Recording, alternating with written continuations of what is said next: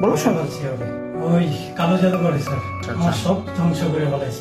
ভাবুন তো, আপনার ছোটবেলার বন্ধু যার সাথে পার করেছেন জীবনের অনেকটা সময়, হাসি মজা ভালো খারাপ সব সময়, যে আপনার পাশে ছিল, সেই বন্ধুই হত্যা করেছে অপর এক বন্ধুকে। কি ভয়ঙ্কর বিষয়টি, তাই না? এই ভয়াবহ ঘটনা ঘটেছে ময়মনসিংহের ত্রিশালে। কোরাল দিয়ে বন্ধু মুনতাসির ফাহিমকে হত্যা করে থানায় আত্মসমর্পণ করেছেন অনার্স পড়ুয়া শিক্ষার্থী অনিক মণ্ডল। তারা দুজন একে অপরের ঘনিষ্ঠ বন্ধু হিসাবে এলাকায় পরিচিত। মেরে ফেলছ? ওর নাম কি? ফাহিম। ফাহিম? ও কি হয় তোমার? আমার ফ্রেন্ড। আমার জীবন শেষ করে দিচ্ছে স্যার। যেমন? ওই কালো জাদু করে স্যার। ও আচ্ছা আচ্ছা, মানে ব্ল্যাক ম্যাজিক করছে।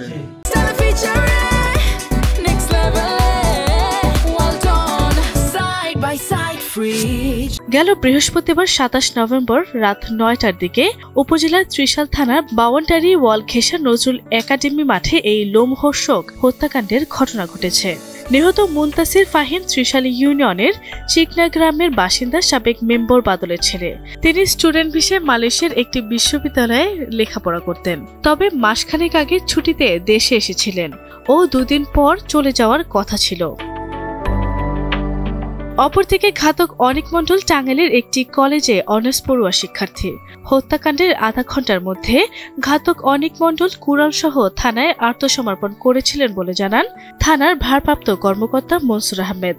একটা চাইনিজ কুড়াল, রক্ত মাখা চাইনিজ কুড়াল, এবং তার শরীরেও রক্ত মাখা অবস্থায় সে ডিটি অফিসারের কক্ষে এসে সে বলে যে আমি একটা মার্ডার করে আসছি, আমাকে অ্যারেস্ট করেন। পরে আমরা তাৎক্ষণিক তার সাথে কথা বলি, তাকে কথা বলে তাকে আমরা শান্ত করি, তাকে আমাদের হেফাজতে নেওয়ার পরে তার দেওয়া তথ্য মোতাবেক আমরা ত্রিশাল থানাধীন দরিরামপুর শাকিনস্ত আমাদের যে নজরুল একাডেমি মাঠ আছে, এই মাঠের বিএম ভবনের যে পানির ট্যাঙ্কি আছে, পানির ট্যাঙ্কির পাশে তাকে আমরা ক্ষতবিক্ষত অবস্থায় আমরা পাই। প্রাথমিকভাবে জিজ্ঞাসাবাদে জানা যায় যে তারা মাদকাসক্ত ছিল এবং তাদের পূর্বশত্রুতার বিরোধ ছিল। এই বিরোধের জেরেই সে এই হত্যাকাণ্ডটা নিজে করে মর্মে প্রাথমিকভাবে সে স্বীকার করে। এ সময় অনেক জানিয়েছেন নিহত ফাহিম তার অনেক ক্ষতি করেছে, এই কারণে পূর্ব শত্রুতায় তিনি ফাহিমকে খুন করেছেন। তবে ঘটনার প্রকৃত কারণ অনুসন্ধানে তদন্ত চলছে।